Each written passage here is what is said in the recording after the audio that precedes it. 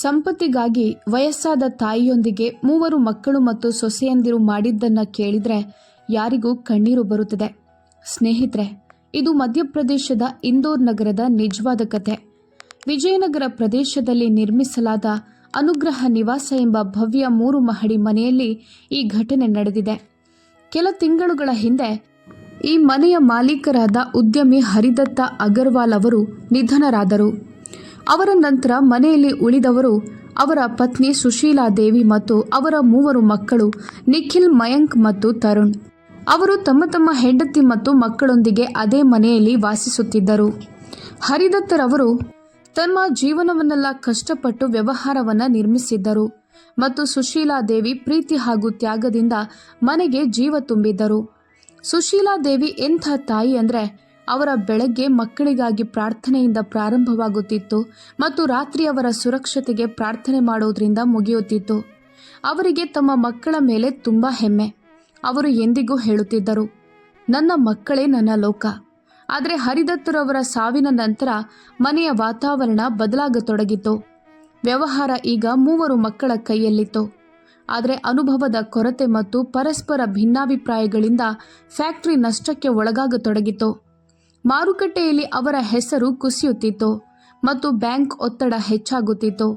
ಈ ಒತ್ತಡ ಮನೆಯಲ್ಲೂ ಸ್ಪಷ್ಟವಾಗಿ ಕಾಣಿಸ್ತಿತ್ತು. ಹಿರಿಯ ಮಗ ನಿಖಿಲ್, ಅವನ ಹೆಂಡತಿ ರಾಧಿಕಾ ತಾನೇ ಮನೆಯ ಮಾಲಕಿ ಎಂದುಕೊಳ್ಳುತ್ತಾಳೆ. ಮಯಾಂಕ್ನ ಹೆಂಡತಿ ಪೂಜಾ ಮತ್ತು ಕಿರಿಯ ತರುಣ್ನ ಹೆಂಡತಿ ಸಿಮ್ಮಿಗೂ ಸಂಯುಕ್ತ ಕುಟುಂಬದಿಂದ ಬೇಸರವಾಗತೊಡಗಿತ್ತು. ಅವರಿಗೆ ಇಷ್ಟು ದೊಡ್ಡ ಮನೆಯಲ್ಲಿ ಖಾಸಗಿ ಜೀವನವೇ ಇಲ್ಲ ಅನ್ನಿಸ್ತಿತ್ತು. ಇತ್ತ ಸುಶೀಲಾ ದೇವಿ ಹೆಚ್ಚು ಸಮಯ ತಮ್ಮ ಕೊಠಡಿಯಲ್ಲೇ ಕಳೆಯುತ್ತಿದ್ದರು. ಕೆಲವೊಮ್ಮೆ ದೇವಾಲಯದಲ್ಲಿ ಕುಳಿತು ದೇವರ ಜೊತೆ ಮಾತನಾಡುತ್ತಿದ್ದರು. ಕೆಲವೊಮ್ಮೆ ತಮ್ಮ ಗಂಡನ ಫೋಟೋದ ಜೊತೆ. ಅವರಿಗೆ ಯಾವಾಗಲೂ ಆಶೆ, ಸಂಜೆ ಮಕ್ಕಳು ಬರುತ್ತಾರೆ, ನಾನು ನನ್ನ ಕೈಯಿಂದ ಊಟ ಕೊಡುತ್ತೇನೆ ಅಂತ. ಆದರೆ ಈಗ ಮಕ್ಕಳು ಮನೆಗೆ ಬಂದ ಕೂಡಲೇ ತಮ್ಮ ತಮ್ಮ ಕೊಠಡಿಗೆ ಹೋಗುತ್ತಿದ್ದರು. ಒಂದು ದಿನ ರಾತ್ರಿ ಊಟಕ್ಕೆ ಎಲ್ಲ ಕುಟುಂಬವು ಒಟ್ಟಿಗೆ ಕೂತಿತ್ತು. ಆದರೆ ವಾತಾವರಣದಲ್ಲಿ ವಿಚಿತ್ರ ಮೌನ. ಆಗ ರಾಧಿಕಾ ಹೇಳಿದಳು, ನಿಖಿಲ್, ಖರ್ಚು ಕಡಿಮೆ ಮಾಡಬೇಕು. ಫ್ಯಾಕ್ಟ್ರಿಯ ಸ್ಥಿತಿ ನಿಮಗೆ ಗೊತ್ತೇ ಇದೆ. ಮಯಾಂಕ್ ಮೌನವಾಗಿದ್ದ. ಪೂಜಾ ಹೇಳಿದಳು, ಮಕ್ಕಳ ಓದು ಕೂಡ ಹೆಚ್ಚುತ್ತಿದೆ. ನಮಗೆ ಬೇರೆ ಬೇರೆ ಸ್ಪೇಸ್ ಬೇಕು. ಈ ಮನೆಯಲ್ಲಿ ಯಾವಾಗಲೂ ಯಾರದ್ದಾದರೂ ಶಬ್ದ ಇರುತ್ತದೆ. ಅವರ ಕಣ್ಣುಗಳು ಸುಶೀಲಾ ದೇವಿಯ ಕಡೆ ಹೋದವು. ಅವರು ಮೌನವಾಗಿ ಊಟ ಮಾಡುತ್ತಿದ್ದರು. ಸಿಮ್ಮಿ ಹೇಳಿದಳು, ನಿಜ ಹೇಳಬೇಕಂದ್ರೆ ಈಗ ಎಲ್ಲವನ್ನು ನಿಭಾಯಿಸುವುದು ಕಷ್ಟ ಆಗ್ತಿದೆ. ನಾವಿದನ್ನು ಸುಲಭ ಮಾಡಬೇಕಾಗಿದೆ. 3 ಮಕ್ಕಳು ಮೌನವಾಗಿದ್ದರು. ಅವರ ಮೌನವೇ ಹೆಚ್ಚು ನೋಯಿಸುತ್ತಿತ್ತು. ಸುಶೀಲಾ ದೇವಿ ನಿಧಾನವಾಗಿ ಕೇಳಿದರು, ನೀವು ಏನು ಹೇಳಲು ಬಯಸ್ತೀರಿ ಮಕ್ಕಳೇ? ನಿಖಿಲ್ ಕಣ್ಣು ತಗ್ಗಿಸಿ ಹೇಳಿದನು, ಅಮ್ಮ, ನಾವು ನಿಮ್ಮ ಸರಿಯಾದ ಕಾಳಜಿ ತೆಗೆದುಕೊಳ್ಳಲು ಆಗ್ತಿಲ್ಲ. ನಾವು ಬೆಳಗ್ಗಿನಿಂದ ರಾತ್ರಿಯ ತನಕ ಹೊರಗೆ ಇರುತ್ತೇವೆ. ಅವರ ಧ್ವನಿ ನಡುಗಿತು. ಮಯಾಂಕ್ ಹೇಳಿದನು, ಒಂದು ಸ್ಥಳ ಇದೆ, ತುಂಬ ಒಳ್ಳೆಯದು. ಅಲ್ಲಿ ಡಾಕ್ಟರ್ ಮತ್ತು ನರ್ಸ್ ಎಲ್ಲ ಸಮಯದಲ್ಲೂ ಇರುತ್ತಾರೆ. ನಿಮ್ಮ ವಯಸ್ಸಿನವರು ಕೂಡ ಇರ್ತಾರೆ. ನಿಮಗೆ ಒಳ್ಳೆಯದಾಗುತ್ತೆ ಅಲ್ಲಿ. ಸುಶೀಲಾ ದೇವಿಗೆ ಎಲ್ಲವೂ ಅರ್ಥವಾಯಿತು. ವೃದ್ಧಾಶ್ರಮ ಎಂದು ಅವರು ತಮ್ಮೊಳಗೆ ಹೇಳಿಕೊಂಡರು. ಕೊಠಡಿಯಲ್ಲಿ ಮೌನ ಆವರಿಸಿತು. ತರುಣ್ ತಕ್ಷಣ ಹೇಳಿದನು, ಅಮ್ಮ, ಸ್ವಲ್ಪ ದಿನಗಳ ಮಾತು ಮಾತ್ರ. ಪರಿಸ್ಥಿತಿ ಸರಿಯಾದ ನಂತರ ಮತ್ತೆ ನಿಮ್ಮನ್ನು ಮನೆಗೆ ಕರೆದುಕೊಂಡು ಬರುತ್ತೇವೆ. ಅವರಿಗೆ ನಂಬಿಕೆ ಇತ್ತು, ತಾಯಿ ವಿರೋಧಿಸುವುದಿಲ್ಲ ಅಂತ. ಸುಶೀಲಾ ದೇವಿ ತಮ್ಮ 3 ಮಕ್ಕಳನ್ನು ನೋಡಿದರು. ಅವರನ್ನು ಅವರು ಎಷ್ಟೋ ಕಷ್ಟಪಟ್ಟು ಬೆಳೆಸಿದ್ದರು. ಜ್ವರದಲ್ಲಿ ನಿದ್ದೆ ಮಾಡದೆ ಕಾದಿದ್ದರು. ಅವರಿಗಾಗಿ ತಮ್ಮ ಎಲ್ಲ ಆಸೆಗಳನ್ನು ತ್ಯಜಿಸಿದ್ದರು. ಅವರ ಕಣ್ಣಲ್ಲಿ ಕಣ್ಣೀರು ತುಂಬಿತು. ಆದರೂ ನಗಲು ಪ್ರಯತ್ನಿಸಿದರು. ನಿಮಗೆ ಅಲ್ಲಿ ನಾನು ಚೆನ್ನಾಗಿರುತ್ತೇನೆ ಅನ್ನಿಸಿದರೆ ನಾನು ಹೋಗುತ್ತೇನೆ. 3 ಮಕ್ಕಳು ನೆಮ್ಮದಿಯ ನಿಟ್ಟುಸಿರು ಬಿಟ್ಟರು. ಆದರೆ ಆ ಕ್ಷಣದಲ್ಲಿ ಒಂದು ತಾಯಿಯ ಹೃದಯ ಒಡೆದು ಹೋಯಿತು ಎಂಬುದನ್ನು ಯಾರೂ ಗಮನಿಸಲಿಲ್ಲ. ಆ ರಾತ್ರಿ ಸುಶೀಲಾ ದೇವಿ ಬಹಳ ಹೊತ್ತು ಎಚ್ಚರದಿಂದಿದ್ದರು. ಅವರು ಅಲ್ಮೇರಾವನ್ನು ತೆರೆದು ಕೆಲವು ಸೀರೆಗಳನ್ನು ತೆಗೆದುಕೊಂಡರು. ಗಂಡನ ಫೋಟೋ ಇಟ್ಟುಕೊಂಡರು ಮತ್ತು ಕೆಲವು ಹಳೆಯ ನೆನಪುಗಳಿದ್ದ ಒಂದು ಚಿಕ್ಕ ಡಬ್ಬಿ. ಪ್ರತಿಯೊಂದು ವಸ್ತುವನ್ನು ಮುಟ್ಟುವಾಗ ಅವರ ಕೈಗಳು ನಡುಗುತ್ತಿದ್ದವು. ಬೆಳಗ್ಗೆ ಕಾರು ಮನೆ ಮುಂದೆ ಬಂದಾಗ ಸೊಸೆಯಂದಿರು ಮೇಲ್ಮೈಯಲ್ಲಿ ದುಃಖ ತೋರಿಸಿದರೂ ಅವರ ಕಣ್ಣಲ್ಲಿ ಮರೆಮಾಚಿದ ಸಂತೋಷ ಸ್ಪಷ್ಟವಾಗಿತ್ತು. ಸುಶೀಲಾ ದೇವಿ ಕೊನೆಯ ಬಾರಿ ಮನೆ ನೋಡಿದರು. ಮಕ್ಕಳು ಆಡಿದ ವರಾಂಡ, ಹಬ್ಬಗಳನ್ನು ಆಚರಿಸಿದ ಅಂಗಣ ಮತ್ತು ಮಕ್ಕಳು ಬರುವುದನ್ನು ಕಾಯುತ್ತಿದ್ದ ಬಾಗಿಲು. ನಂತರ ಮೌನವಾಗಿ ಕಾರಿನಲ್ಲಿ ಕುಳಿತರು. 1 ಗಂಟೆ ಪ್ರಯಾಣದ ನಂತರ ಕಾರು ನಗರದ ಹೊರಗಿನ ಶಾಂತ ಪ್ರದೇಶದಲ್ಲಿ ನಿಂತಿತು. ಮುಂದೆ ಬೋರ್ಡ್ ಇತ್ತು, ಆಸರೆ ವೃದ್ಧ ಸೇವಾಗೃಹ. ಔಪಚಾರಿಕತೆಗಳು ಪೂರ್ಣವಾದವು. ಸುಶೀಲಾದೇವಿ ಏನೂ ಓದದೆ ಕಾಗದಗಳಿಗೆ ಹೆಬ್ಬೆಟ್ಟು ಹಾಕಿದರು. ಮಕ್ಕಳು ಹೋಗುವಾಗ ಅವರು ನಿಖಿಲ್ನ ಕೈ ಹಿಡಿದು ನಡುಗಿದ ಧ್ವನಿಯಲ್ಲಿ ಹೇಳಿದರು, ನಿಮ್ಮ ಕಾಳಜಿ ತೆಗೆದುಕೊಳ್ಳಿ ಮಕ್ಕಳೇ, ಒಬ್ಬರೊಂದಿಗೆ ಜಗಳ ಮಾಡಿಕೊಳ್ಬೇಡಿ. ನಿಖಿಲ್ ಬೇಗನೆ ಕೈ ಬಿಡಿಸಿಕೊಂಡು ನಾವು ಬರುತ್ತೇವೆ ಅಮ್ಮ ಎಂದು ಹೇಳಿ ಹೊರಟು ಹೋದ. ಕಾರು ದೂರವಾಗುತ್ತಿತ್ತು.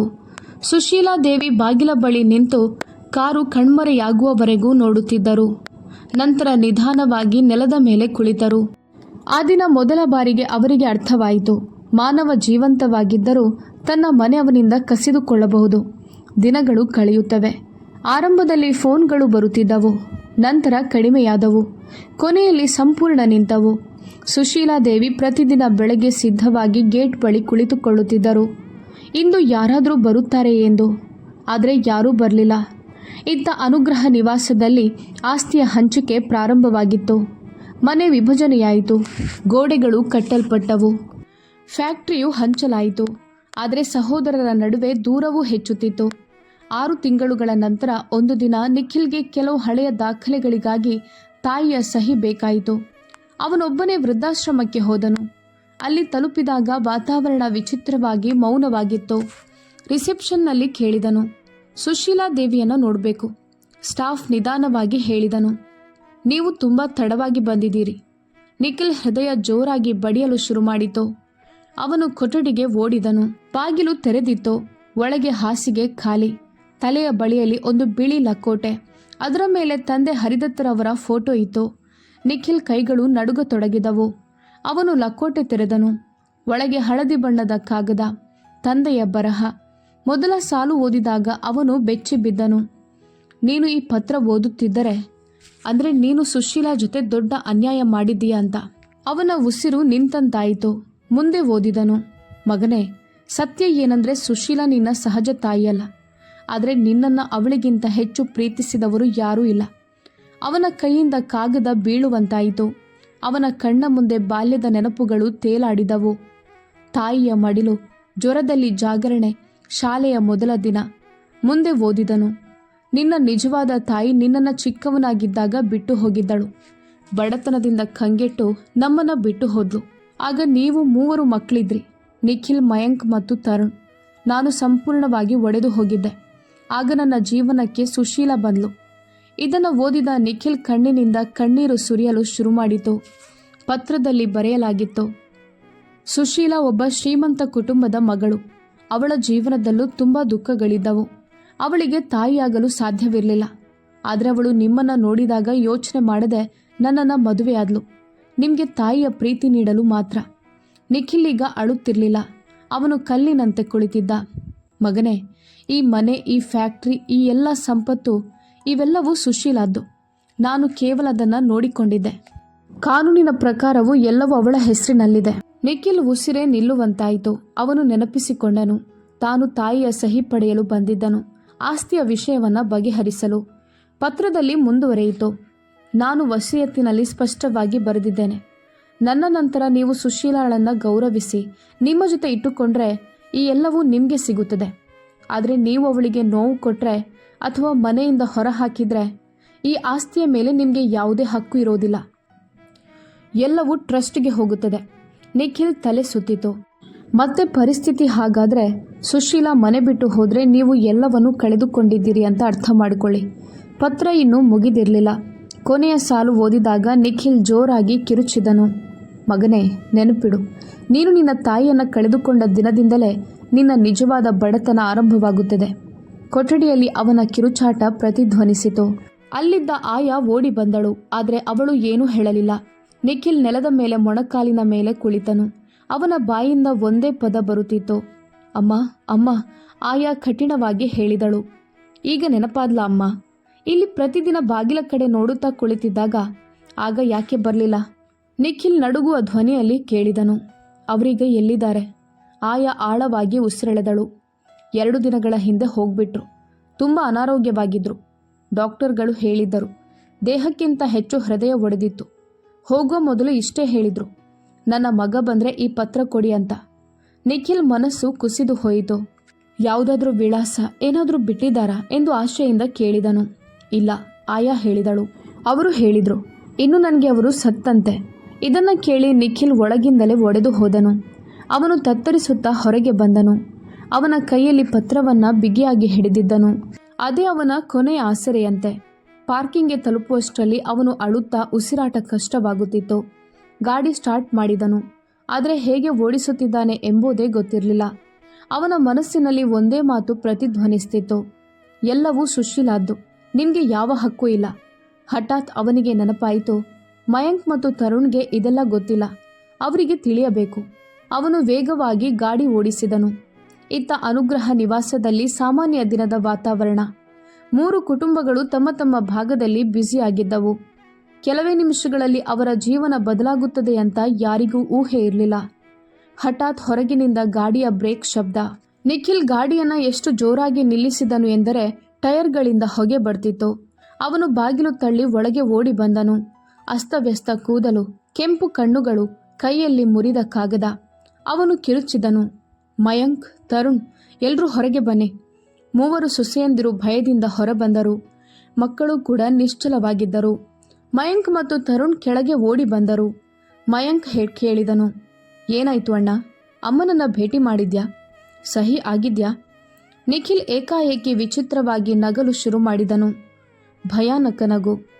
ಸಹಿನಾ? ನಾವು ಈಗಾಗಲೇ ಎಲ್ಲವನ್ನೂ ಕಳೆದುಕೊಂಡಿದ್ದೇವೆ ಎಂದು ಕಿರುಚಿದನು. ಎಲ್ಲರೂ ಬೆಚ್ಚಿ ಬಿದ್ದರು. ತರುಣ್ ಕಾಗದ ತೆಗೆದುಕೊಳ್ಳಲು ಪ್ರಯತ್ನಿಸಿದನು. ಆದರೆ ನಿಖಿಲ್ ಅದನ್ನು ಬಿಗಿಯಾಗಿ ಹಿಡಿದಿದ್ದನು. ಅವನ ಧ್ವನಿ ನಡುಗುತ್ತಿತ್ತು. ಆದರೆ ಪ್ರತಿಯೊಂದು ಪದ ಸ್ಪಷ್ಟವಾಗಿತ್ತು. ನಾವು ವೃದ್ಧಾಶ್ರಮಕ್ಕೆ ಬಿಟ್ಟಿದ್ದ ಆ ಮಹಿಳೆ ನಮ್ಮ ಸ್ವಂತ ತಾಯಿಯಲ್ಲ. ಕೊಠಡಿಯಲ್ಲಿ ಸಮಯವೇ ನಿಂತಂತಾಯಿತು. ರಾಧಿಕಾ ನಿಧಾನವಾಗಿ ಕಿರುಚಿದಳು. ಏನು? ನಿಖಿಲ್ ಕಣ್ಣೀರು ಹರಿಸುತ್ತಾ ಹೇಳಿದನು, ಈ ಮನೆ, ಈ ಫ್ಯಾಕ್ಟ್ರಿ ಏನೂ ನಮ್ಮದೇ ಅಲ್ಲ. ಸತ್ಯದ ಬಿರುಗಾಳಿ ಈಗ ಎದ್ದಿತ್ತು. ಅದು ಅವರ ನಿರ್ಮಿಸಿದ ಲೋಕವನ್ನೇ ಹೊಡೆದು ಹಾಕಲು ಸಿದ್ಧವಾಗಿತ್ತು.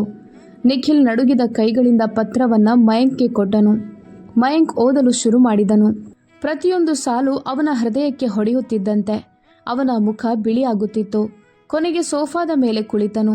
ತರುಣ್ ಆತಂಕದಿಂದ ಕೇಳಿದನು, ಅಣ್ಣ, ಏನು ಬರೆಯಲಾಗಿದೆ? ಮಯಾಂಕ್ ಮಾತೇ ಬರಲಿಲ್ಲ. ಪತ್ರವನ್ನು ತರುಣ್ಗೆ ಕೊಟ್ಟನು. ಕೆಲವೇ ಕ್ಷಣಗಳಲ್ಲಿ ತರುಣ್ ಕಣ್ಣು ಅಗಲವಾದವು. ಕಂಠ ಭರ್ತಿಯಾಗಿ, ಇದು ಸತ್ಯ ಆಗಿರಲಾರದು ಎಂದು ಗುಣುಗಿದನು. ನಿಖಿಲ್ ಮುರಿದ ಧ್ವನಿಯಲ್ಲಿ ಹೇಳಿದನು, ಎಲ್ಲವೂ ಸತ್ಯ. ನಾವು ಯಾರ ನೆರಳಿನಲ್ಲಿ ಬೆಳೆದ್ವೋ ಅವಳು ನಮ್ಮ ನಿಜವಾದ ತಾಯಿ ಕೂಡ ಅಲ್ಲ. ಆದರೆ ನಾವವಳನ್ನು ಮನೆಯಿಂದ ಹೊರಹಾಕಿದ್ದೇವೆ. ಕೊಠಡಿಯಲ್ಲಿ ಇದ್ದ ಎಲ್ಲರ ಮೇಲೂ ಮಿಂಚು ಬಡಿದಂತಾಯಿತು. ರಾಧಿಕಾ ಭಯದಿಂದ ಕೇಳಿದಳು, ಹಾಗಾದರೆ ಆಸ್ತಿ ಏನಾಗುತ್ತದೆ? ನಿಖಿಲ್ ಅವಳನ್ನು ಕೋಪದಿಂದ ನೋಡಿದನು. ನೋವು ಮತ್ತು ಕೋಪ ಎರಡೂ ಅವನ ಕಣ್ಣಲ್ಲಿತ್ತು. ಆಸ್ತಿ ಎಂದು ಅವನು ಕಿರುಚಿದನು. ಅಪ್ಪ ಬರೆದಿದ್ದಾರೆ, ಅಮ್ಮ ಮನೆಯಲ್ಲಿರದಿದ್ರೆ ನಮಗೆ ಇದರಲ್ಲಿ ಯಾವ ಹಕ್ಕು ಇಲ್ಲ. ಎಲ್ಲವೂ ಟ್ರಸ್ಟ್ಗೆ ಹೋಗುತ್ತದೆ. ಇದನ್ನು ಕೇಳುತ್ತಿದ್ದಂತೆ 3 ಸೊಸೆಯಂದಿರ ಮುಖದ ಬಣ್ಣ ಬದಲಾಯಿತು. ಪೂಜಾ ನಿಧಾನವಾಗಿ ಕುಳಿತಳು. ಸಿಮ್ಮಿಯ ಕಣ್ಣಲ್ಲಿ ಭಯ ಸ್ಪಷ್ಟವಾಗಿತ್ತು. ಮಯಾಂಕ್ ತಲೆಯನ್ನು ಹಿಡಿದನು. ನಾವೇನು ಮಾಡಿದೆವು? ತರುಣ್ ಕಣ್ಣೀರು ಹಾಕುತ್ತಾ, ನಾವು ನಮ್ಮ ತಾಯಿಯನ್ನು ಬಿಟ್ಟು ಬಿಟ್ಟೆವು. ನಿಖಿಲ್ ಧ್ವನಿ ನಡುಗಿತು. ಅವಳು ನಮ್ಮ ಸ್ವಂತ ತಾಯಿ ಅಲ್ಲದಿದ್ದರೂ ನಮಗೆ ತನ್ನ ಎಲ್ಲವನ್ನೂ ಕೊಟ್ಟಳು. ಆದರೆ ನಾವವಳನ್ನು ಒಂಟಿಯಾಗಿ ಬಿಟ್ಟೆವು. ಕೊಠಡಿಯಲ್ಲಿ ಗಾಢ ಮೌನ ಆವರಿಸಿತು. ಅಷ್ಟರಲ್ಲಿ ಹೊರಗಿನಿಂದ ಯಾರೋ ಗೇಟನ್ನು ಜೋರಾಗಿ ತಟ್ಟಿದರು. ವಾಚ್ಮ್ಯಾನ್ ಗಾಬರಿಯಿಂದ ಒಳಗೆ ಬಂದು ಹೇಳಿದನು, ಸರ್, ಬ್ಯಾಂಕ್ನವರು ಬಂದಿದ್ದಾರೆ. ತಕ್ಷಣ ನಿಮ್ಮನ್ನು ಭೇಟಿ ಮಾಡಬೇಕಂತೆ. 3 ಸಹೋದರರು ಒಬ್ಬರನ್ನೊಬ್ಬರು ನೋಡಿಕೊಂಡರು. ಕೆಲವೇ ನಿಮಿಷಗಳಲ್ಲಿ ಬ್ಯಾಂಕ್ ಅಧಿಕಾರಿಗಳು ಒಳಗೆ ಬಂದರು. ಅವರ ಜೊತೆ ಇನ್ನಿಬ್ಬರು ಇದ್ದರು. ಅಧಿಕಾರಿ ಅಧಿಕೃತ ಧ್ವನಿಯಲ್ಲಿ ಹೇಳಿದರು, ಕ್ಷಮಿಸಿ, ಆದರೆ ಫ್ಯಾಕ್ಟರಿಯ ಸಾಲದ ಕಂತುಗಳು ಹಲವಾರು ತಿಂಗಳುಗಳಿಂದ ಬಾಕಿಯಾಗಿದೆ. ಈಗ ನಾವು ಕಾನೂನು ಕ್ರಮ ಕೈಗೊಳ್ಳಬೇಕಾಗಿದೆ. ನಿಖಿಲ್ ತಡವರಿಸುತ್ತಾ ಹೇಳಿದನು, ಸ್ವಲ್ಪ ಸಮಯ ಕೊಡಿ. ಅಧಿಕಾರಿ ಫೈಲ್ ತೆರೆಯುತ್ತಾ ಹೇಳಿದರು, ಸಂಪತ್ತಿನ ಮಾಲೀಕತ್ವದ ಬಗ್ಗೆ ವಿವಾದ ಇದೆ ಎಂಬ ಮಾಹಿತಿ ನಮಗೆ ಸಿಕ್ಕಿದೆ. ಮಾಲೀಕರ ಅನುಮತಿ ಸಿಗುವವರೆಗೂ ನಾವು ಯಾವುದೇ ಪುನರ್ರಚನೆ ಮಾಡಲಾಗೋದಿಲ್ಲ. ಇದನ್ನು ಕೇಳಿ 3 ಸಹೋದರರು ಅರ್ಥ ಮಾಡಿಕೊಂಡರು. ಈಗ ಅವರ ಕೈಯಲ್ಲಿ ಏನೂ ಉಳಿದಿಲ್ಲ ಅಂತ. ಅಧಿಕಾರಿ ಮುಂದುವರೆದು ಹೇಳಿದರು, ಪಾವತಿ ಆಗದಿದ್ದರೆ ನಾವು ಆಸ್ತಿಯನ್ನು ಜಪ್ತಿ ಮಾಡಬೇಕಾಗುತ್ತದೆ. ಅವರು ಹೊರಟು ಹೋದರು. ಮನೆಯಲ್ಲಿದ್ದ ಎಲ್ಲರೂ ಬೆಚ್ಚಿ ಬಿದ್ದರು. ಕೆಲವೇ ಹೊತ್ತಿನಲ್ಲಿ ಹೊರಗಿನಿಂದ ಯಂತ್ರಗಳ ಶಬ್ದ ಕೇಳಿಸಿತು. ಬ್ಯಾಂಕ್ ಸಿಬ್ಬಂದಿ ಮುಖ್ಯ ಗೇಟ್ ಮೇಲೆ ನೋಟಿಸ್ ಅಂಟಿಸುತ್ತಿದ್ದರು. ನಿಖಿಲ್ ಕಿಟಕಿಯಿಂದ ನೋಡುತ್ತಲೇ ಇದ್ದನು. ಕಣ್ಣಿನಲ್ಲಿ ಕಣ್ಣೀರು, ಆದರೆ ಅಳು ಕೂಡ ಬರಲಿಲ್ಲ. ಮಯಾಂಕ್ ಅತ್ತನು. ನಾವು ಅಮ್ಮನನ್ನ ಹಿಂತಿರುಗಿಸಿಕೊಂಡಿದ್ದರೆ ಚೆನ್ನಾಗಿಡ್ತಿತ್ತು. ತರುಣ್ ನೆಲದ ಮೇಲೆ ಕುಳಿತನು. ನಾವು ಕ್ಷಮೆಯನ್ನು ಕೇಳಲಿಲ್ಲ. ಅಕಸ್ಮಾತ್ ನಿಖಿಲ್ ಎದ್ದನು. ಬನ್ನಿ ಎಂದು ದೃಢವಾಗಿ ಹೇಳಿದನು. ಆಗ ಮಯಾಂಕ್ ಕೇಳಿದನು, ಎಲ್ಲಿಗೆ? ಅಮ್ಮನನ್ನ ಹುಡುಕಲು. ಅವರು ಸಿಗುವವರೆಗೂ ನಾವು ನಿಲ್ಲೋದಿಲ್ಲ. 3 ಸಹೋದರರು ತಕ್ಷಣ ಹೊರಟರು. ಮೊದಲು ವೃದ್ಧಾಶ್ರಮಕ್ಕೆ ಹೋದರು. ರಿಸೆಪ್ಷನ್ನಲ್ಲಿ ಅದೇ ಆಯಾ ಕುಳಿತಿದ್ದಳು. ನಿಖಿಲ್ ವಿನಂತಿಯಿಂದ ಹೇಳಿದನು, ದಯವಿಟ್ಟು ಹೇಳಿ, ಅಮ್ಮ ಎಲ್ಲಿದ್ದಾರೆ? ನಾವು ಅವರನ್ನು ನೋಡಬೇಕು. ಆಯಾ ಕಠಿಣವಾಗಿ ನೋಡಿದಳು. ಈಗ ಯಾಕೆ? ಇಲ್ಲಿ ಪ್ರತಿದಿನ ಅಳುತ್ತಿದ್ದಾಗ ಯಾಕೆ ಬರಲಿಲ್ಲ? ಮಯಾಂಕ್ ಅತ್ತನು. ನಮ್ಮಿಂದ ದೊಡ್ಡ ತಪ್ಪಾಗಿದೆ. ಆಯಾ ಕಣ್ಣು ಕೂಡ ನೀರಾಯಿತು. ಆದರೆ ಅವಳು ತಲೆ ಆಡಿಸಿದಳು. ಅವರು ಸ್ಪಷ್ಟವಾಗಿ ಹೇಳಿದ್ದಾರೆ, ಯಾರೇ ಬಂದರೂ ವಿಳಾಸ ಕೊಡಬೇಡ ಅಂತ. ತರುಣ್ ಕೈ ಜೋಡಿಸಿ, ನಾವು ಅವರ ಮಕ್ಕಳು. ಆಯಾ ಕಠಿಣವಾಗಿ ಹೇಳಿದಳು. ಮಕ್ಕಳು ಅಂದರೆ ಹೀಗಿಡ್ತಾರಾ? 3 ಸಹೋದರರಿಗೂ ಉತ್ತರ ಇರಲಿಲ್ಲ. ಅವರು ನಿರಾಶೆಯಿಂದ ಹೊರಟರು. ಮುಂದಿನ ಸ್ಥಳ ತಂದೆಯ ಹಳೆಯ ವಕೀಲ ಶ್ರೀ ಮೆಹ್ತಾ ಅವರ ಕಚೇರಿ. ವಕೀಲರು ಅವರನ್ನು ನೋಡಿ ಗಂಭೀರ ಮುಖ ಮಾಡಿದರು. ನೀವಿಲ್ಲಿಗೆ ಯಾಕೆ ಬಂದಿದ್ದೀರಿ? ನಿಖಿಲ್ ನಿಧಾನವಾಗಿ, ನಮಗೆ ಅಮ್ಮನ ವಿಳಾಸ ಬೇಕು. ಆಗ ವಕೀಲರು ಸ್ಪಷ್ಟವಾಗಿ ಹೇಳಿದರು, ಮಾಲಕಿಯವರು ಮನವಿ ಮಾಡಿದ್ದಾರೆ. ಅವರು ನಿಮಗೆ ಭೇಟಿ ಕೊಡಲು ಬಯಸೋದಿಲ್ಲ. ಮಯಾಂಕ್ ಅಳುತ್ತಾ, ದಯವಿಟ್ಟು ಒಮ್ಮೆ ಮಾತ್ರ. ವಕೀಲರು ಕಣ್ಣು ತಗ್ಗಿಸಿದರು. ಆದರೆ ಧ್ವನಿ ಅದೇ. ಅವರು ಹೇಳಿದ್ದಾರೆ, ಇನ್ನು ನನಗೆ ಅವರು ಸತ್ತಂತೆ ಅಂತ. ಇದನ್ನು ಕೇಳಿ ತರುಣ್ ಕುರ್ಚಿಯಲ್ಲೇ ಕುಸಿದನು. ಕಣ್ಣೀರು ನಿಲ್ಲಲಿಲ್ಲ. ನಿಖಿಲ್ ಹೊರಗೆ ಬಂದು ಮೆಟ್ಟಿಲಿನ ಮೇಲೆ ಕುಳಿತು ಮಗುವಿನಂತೆ ಅಳತೊಡಗಿದನು. ಅವನ ಮನಸ್ಸಿನಲ್ಲಿ ಒಂದೇ ದೃಶ್ಯ. ವೃದ್ಧಾಶ್ರಮದ ಬಾಗಿಲ ಬಳಿ ನಿಂತಿದ್ದ ತಾಯಿ, ನಡುಗಿದ ಕೈಗಳು, ಒಬ್ಬರ ಜೊತೆ ಜಗಳ ಮಾಡಿಕೊಳ್ಬೇಡಿ ಅಂತ ಹೇಳಿದ್ದು. ಇದೀಗ ಅವನಿಗೆ ಅರ್ಥವಾಗುತ್ತಿತ್ತು, ಆ ದಿನ ತಾಯಿ ಮನೆ ಮಾತ್ರ ಬಿಡಲಿಲ್ಲ, ಅವರು ಅವರನ್ನು ಶಾಶ್ವತವಾಗಿ ಬಿಡುತ್ತಿದ್ದಳು. ಸಂಜೆಯವರೆಗೂ 3 ಸಹೋದರರು ನಗರದಲ್ಲಿ ಅಲೆದಾಡಿದರು. ತಾಯಿ ಹೋಗುತ್ತಿದ್ದ ಸ್ಥಳಗಳನ್ನೆಲ್ಲ ಹುಡುಕಿದರು. ದೇವಾಲಯ, ಉದ್ಯಾನ, ಹಳೆಯ ಅಂಗಡಿಗಳು. ಆದರೆ ಎಲ್ಲಿಯೂ ಸುಳಿವು ಸಿಕ್ಕಿಲ್ಲ. ರಾತ್ರಿಯಾಯಿತು. 3 ಸಹೋದರರು ಬ್ಯಾಂಕ್ ಜಪ್ತಿ ಮಾಡಲು ಹೊರಟಿದ್ದ ಅದೇ ಬಂಗ್ಲಾ ಮುಂದೆ ಕುಳಿತರು. ಮೊದಲ ಬಾರಿಗೆ ಅವರಿಗೆ ಅರ್ಥವಾಯಿತು, ಇಷ್ಟು ದೊಡ್ಡ ಮನೆ ಇದ್ದರೂ ಅವರು ನಿಜವಾಗಿಯೂ ಮನೆ ಇಲ್ಲದವರಾಗಿದ್ದಾರೆ. ತರುಣ್ ನಿಧಾನವಾಗಿ ಹೇಳಿದನು, ಅಣ್ಣ, ಅಮ್ಮ ನಮ್ಮನ್ನು ಕ್ಷಮಿಸದಿದ್ದರೆ. ನಿಖಿಲ್ ಆಕಾಶದ ಕಡೆ ನೋಡಿದನು. ಅವನ ಕಣ್ಣಲ್ಲಿ ಪಶ್ಚಾತ್ತಾಪ ತುಂಬಿತ್ತು. ಅದುವೇ ನಮ್ಮ ಶಿಕ್ಷೆ. ತಂಪಾದ ಗಾಳಿ ಬೀಸ್ತಿತ್ತು. ಆದರೆ ಅವರೊಳಗಿನ ಪಶ್ಚಾತ್ತಾಪದ ಬೆಂಕಿ ಆರಿರಲಿಲ್ಲ. ಅದೇ ಸಮಯದಲ್ಲಿ ನಗರದ ಹಳೆಯ ಶಾಂತ ಭಾಗದಲ್ಲಿ ಮರಗಳಿಂದ ಸುತ್ತುವರಿದ ಸರಳ ಮನೆಯಲ್ಲಿ ಕಿಟಕಿಯ ಬಳಿ ಕುಳಿತಿದ್ದ ಒಬ್ಬ ವೃದ್ಧೆ ಕೂಡ ಅದೇ ನೋವನ್ನು ಅನುಭವಿಸುತ್ತಿದ್ದರು. ಹೊರಗಿನಿಂದ ಯಾರಿಗೂ ಗೊತ್ತಾಗೋದಿಲ್ಲ, ಇಲ್ಲಿ ಒಮ್ಮೆ ಕೋಟಿ ಸಂಪತ್ತಿನ ಮಾಲಕಿ ವಾಸಿಸುತ್ತಿದ್ದಳು ಅಂತ. ಸ್ವಲ್ಪ ಬೆಳಕಿನಲ್ಲಿ ಶಾಲ್ ಹೊದ್ದ ಸುಶೀಲಾದೇವಿ ಆಕಾಶದ ಕಡೆ ನೋಡುತ್ತಿದ್ದರು. ಹಿಂದಿನ ಜೀವನವೇ ಅಲ್ಲಿ ಕಳೆದು ಹೋದಂತೆ. ಅವರ ಬಳಿಯಲ್ಲಿ ಕೆಲಸ ಮಾಡುತ್ತಿದ್ದ ಹುಡುಗಿ ಸೀಮಾ ಕೇಳಿದಳು, ಅಮ್ಮವ್ರೆ, ಮಳೆ ಜಾಸ್ತಿಯಾಗಿದೆ, ಕಿಟಕಿಯನ್ನ ಮುಚ್ಚಲ? ಬೇಡ, ಅವರು ನಿಧಾನವಾಗಿ ಹೇಳಿದರು. ತಂಪಾದ ಗಾಳಿ ಒಳಗೆ ಬರ್ತಿತ್ತು. ಸ್ವಲ್ಪ ಸಮಯದ ನಂತರ ಸುಶೀಲಾದೇವಿ ಕೇಳಿದರು, ಅವರು ಬಂದಿದ್ರಾ? ಸೀಮಾಗೆ ಅರ್ಥವಾಯಿತು. ಹೌದು, ಇವತ್ತು ಗೇಟ್ ಬಳಿ ನಿಂತಿದ್ದರು. ತುಂಬ ಹೊತ್ತು ಹತ್ರು. ಅಮ್ಮನನ್ನು ಒಮ್ಮೆ ಭೇಟಿ ಮಾಡಿಸಿ ಅಂತ ಹೇಳ್ತಿದ್ರು. ಸುಶೀಲಾದೇವಿಯ ಬೆರಳುಗಳು ಶಾಲನ್ನು ಬಿಗಿಯಾಗಿ ಹಿಡಿದವು. ಕಣ್ಣು ಮುಚ್ಚುತ್ತಿದ್ದಂತೆಯೇ ನಿಖಿಲ್ ಅವರ ಕೈ ಬಿಡಿಸಿಕೊಂಡ ಕ್ಷಣ ನೆನಪಾಯಿತು. ಈಗ ಭೇಟಿ ಮಾಡಿದರೆ ಏನು ಪ್ರಯೋಜನ? ಅವರು ಮುರಿದ ಧ್ವನಿಯಲ್ಲಿ ಹೇಳಿದರು. ಒಡೆದದ್ದು ಮತ್ತೆ ಜೋಡಿಸಲಾಗೋದಿಲ್ಲ. ಆದರೂ ತಾಯಿಯ ಹೃದಯ ಸಂಪೂರ್ಣ ಕಠಿಣವಾಗಲಿಲ್ಲ. ಇತ್ತ ಕೆಲವೇ ವಾರಗಳಲ್ಲಿ 3 ಸಹೋದರರ ಲೋಕವೇ ಕುಸಿದು ಹೋಯಿತು. ಫ್ಯಾಕ್ಟ್ರಿ ಮುಚ್ಚಿತು. ಬಂಗ್ಲೆ ಬ್ಯಾಂಕ್ ವಶಕ್ಕೆ ಹೋಯಿತು. ಅವರು ಸಣ್ಣ ಬಾಡಿಗೆ ಮನೆಯಲ್ಲಿ ವಾಸಿಸಲು ಶುರು ಮಾಡಿದರು. ಗೌರವವು ಕಳೆದು ಹೋಯಿತು. ಅಷ್ಟರಲ್ಲಿ ವಕೀಲ ಮೆಹ್ತಾ ಅವರ ಕರೆ. ನಾಳೆ ಬೆಳಗ್ಗೆ ಕಚೇರಿಗೆ ಬನ್ನಿ. 3 ಸಹೋದರರು ಹೋದರು. ವಕೀಲರು ಹೇಳಿದರು, ಮಾಲಕಿಯವರು ನಿಮ್ಮ ಎಲ್ಲ ಸಾಲಗಳನ್ನು ತೀರಿಸಿದ್ದಾರೆ. ಅವರು ಬೆಚ್ಚಿ ಬಿದ್ದರು. ಆದರೆ ಈಗ ಬಂಗ್ಲೆ ಮತ್ತು ಫ್ಯಾಕ್ಟ್ರಿ ಟ್ರಸ್ಟ್ ಹೆಸರಿನಲ್ಲಿ ಇರುತ್ತವೆ. ನೀವು 3 ಅಲ್ಲಿ ಮಾಲೀಕರಾಗಿ ಅಲ್ಲ, ನೌಕರರಾಗಿ ಕೆಲಸ ಮಾಡಬೇಕು. ಮಯಾಂಕ್ ಕಣ್ಣೀರು ಹಾಕಿದನು. ಅಮ್ಮ ಇನ್ನೂ ನಮ್ಮ ಬಗ್ಗೆ ಯೋಚಿಸ್ತಿದ್ದಾರೆ. ನಿಖಿಲ್ ಮೌನವಾಗಿದ್ದ, ತಲೆ ತಗ್ಗಿಸಿದ್ದ. ವಕೀಲರು ಮೇಜಿನ ಮೇಲೆ ಒಂದು ಚಿಕ್ಕ ಕೀ ಇಟ್ಟರು. ನಿಜವಾಗಿ ನೀವು ಬದಲಾಗಿದ್ರೆ ಇಂದು ಸಂಜೆವರನ್ನ ಭೇಟಿ ಮಾಡ್ಬೋದು. 3 ಜನರ ಹೃದಯ ಒಂದೇ ಸಮಯದಲ್ಲಿ ಜೋರಾಗಿ ಬಡಿದವು. ಸಂಜೆ ಅವರು ಆ ಸರಳ ಮನೆಯ ಮುಂದೆ ನಿಂತಿದ್ದರು. ಈ ಬಾರಿ ಅವರ ಕೈ ಖಾಲಿ. ಯಾವುದೇ ಕಾಗದವಿಲ್ಲ, ದುರಾಸೆ ಇಲ್ಲ. ನಿಖಿಲ್ ನಡುಗಿದ ಕೈಗಳಿಂದ ಬಾಗಿಲು ತಟ್ಟಿದನು. ಬಾಗಿಲು ನಿಧಾನವಾಗಿ ತೆರೆಯಿತು. ಮುಂಭಾಗದಲ್ಲಿ ಸುಶೀಲಾದೇವಿ ನಿಂತಿದ್ದರು. ಕೆಲವು ಕ್ಷಣಗಳಿಗೆ ಕಾಲವೇ ನಿಂತಂತಾಯಿತು. ಮೂವರು ಸಹೋದರರು ಒಟ್ಟಿಗೆ ಅವರ ಪಾದಗಳಿಗೆ ಬಿದ್ದರು.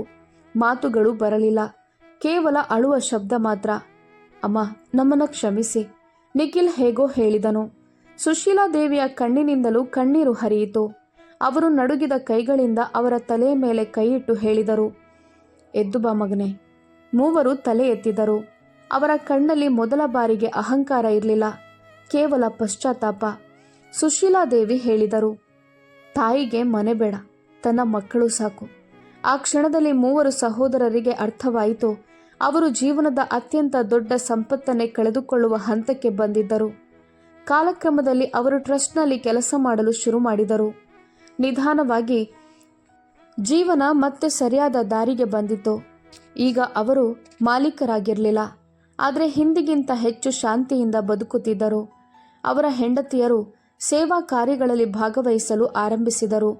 ಅತ್ಯಂತ ದೊಡ್ಡ ಬದಲಾವಣೆ ಏನಂದರೆ, ಇನ್ನು ಪ್ರತಿದಿನ ಅವರು ಯಾವುದೇ ಸ್ವಾರ್ಥವಿಲ್ಲದೆ ತಮ್ಮ ತಾಯಿಯನ್ನ ಭೇಟಿ ಮಾಡುತ್ತಿದ್ದರು. ಸುಶೀಲಾದೇವಿ ಅದೇ ಸಣ್ಣ ಮನೆಯಲ್ಲಿ ಉಳಿದರು. ಆದರೆ ಈಗ ಅವರು ಒಬ್ಬರೇ ಇರಲಿಲ್ಲ. ಎಲ್ಲವನ್ನೂ ಕಳೆದುಕೊಂಡರೂ ತಮ್ಮ ಕುಟುಂಬವನ್ನು ಮತ್ತೆ ಪಡೆದಿದ್ದರು. ಸ್ನೇಹಿತರೆ, ಈ ಕಥೆಯ ದೊಡ್ಡ ಪಾಠ ಏನಂದರೆ, ತಂದೆ ತಾಯಿಯ ಸ್ಥಾನವು ಯಾವುದೇ ಸಂಪತ್ತು, ಮನೆ ಅಥವಾ ಸೌಲಭ್ಯಕ್ಕಿಂತಲೂ ದೊಡ್ಡದು. ನಿಮಗೆ ನಡೆಯಲು ಕಲಿಸಿದ ವ್ಯಕ್ತಿಯನ್ನು ಒಂಟಿಯಾಗಿ ಬಿಡುವವನು ಎಂದಿಗೂ ನಿಜವಾದ ಯಶಸ್ಸನ್ನು ಪಡೆಯಲು ಸಾಧ್ಯವಿಲ್ಲ. ಹಣವನ್ನು ಮತ್ತೆ ಸಂಪಾದಿಸಬಹುದು, ಮನೆ ಮತ್ತೆ ಕಟ್ಬೋದು, ಆದರೆ ತಂದೆ ತಾಯಿಯ ಹೃದಯ ಒಮ್ಮೆ ಒಡೆದರೆ ಅದನ್ನು ಮತ್ತೆ ಜೋಡಿಸುವುದು ಬಹಳ ಕಷ್ಟ. ಈಗ ನೀವು ಹೇಳಿ, ಆ ತಾಯಿಯ ನಿರ್ಧಾರ ಸರಿಯಾಗಿತ್ತಾ ಅಥವಾ ತಪ್ಪಾಗಿತ್ತಾ? ಅವಳು ತನ್ನ ಆತ್ಮಸಮ್ಮಾನಕ್ಕಾಗಿ ದೂರ ಹೋಗಬೇಕಿತ್ತಾ ಅಥವಾ ಮಕ್ಕಳ ತಪ್ಪನ್ನು ಕ್ಷಮಿಸಿ ಅವರ ಜೊತೆ ಇರಬೇಕಿತ್ತಾ? ನೀವು ಅವಳ ಜಾಗದಲ್ಲಿದ್ದಿದ್ರೆ ಏನು ಮಾಡ್ತಿದ್ರಿ? ಕಾಮೆಂಟ್ನಲ್ಲಿ ನಿಮ್ಮ ಅಭಿಪ್ರಾಯವನ್ನು ತಪ್ಪದೇ ಬರೆಯಿರಿ. ಈ ಕಥೆ ನಿಮ್ಮ ಮನಸ್ಸಿಗೆ ತಾಕಿದ್ದರೆ ನಿಮ್ಮ ಸ್ನೇಹಿತರು ಮತ್ತು ಕುಟುಂಬದೊಂದಿಗೆ ಹಂಚಿಕೊಳ್ಳಿ. ಇಂತಹ ಭಾವನಾತ್ಮಕ ನಿಜವಾದ ಕಥೆಗಳಿಗಾಗಿ ನಮ್ಮ ಚಾನೆಲ್ ಮನದ ಮಾತನ್ನು ಸಬ್ಸ್ಕ್ರೈಬ್ ಮಾಡೋದನ್ನು ಮರಿಬೇಡಿ. ಮುಂದಿನ ಕಥೆಯಲ್ಲಿ ಮತ್ತೆ ಭೇಟಿಯಾಗೋಣ. ಅಲ್ಲಿಯವರೆಗೆ ನಿಮ್ಮನ್ನು ಕಾಪಾಡಿಕೊಳ್ಳಿ. ಜೈ ಹಿಂದ್, ಜೈ ಭಾರತ.